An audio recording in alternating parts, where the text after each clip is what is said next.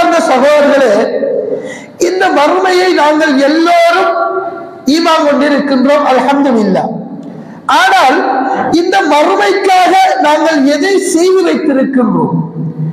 இந்த மறுமைக்காக நாங்கள் சேகரித்தவைகள் என்ன? மாறாக இந்த உலகத்துக்காக நாங்கள் எதை சேகரித்து வைத்திருக்கிறோம் என்று பார்த்தால் உலகத்துக்காக சேகரித்தவைகள் தான் அதிகமே தவிர மறுமைக்காக சேகரித்தவைகள் குறைவாகவே இருக்கின்றது, ஒரு சிலரை தவிர, அல்லாஹ் நாடின ஒரு சிலரை தவிர.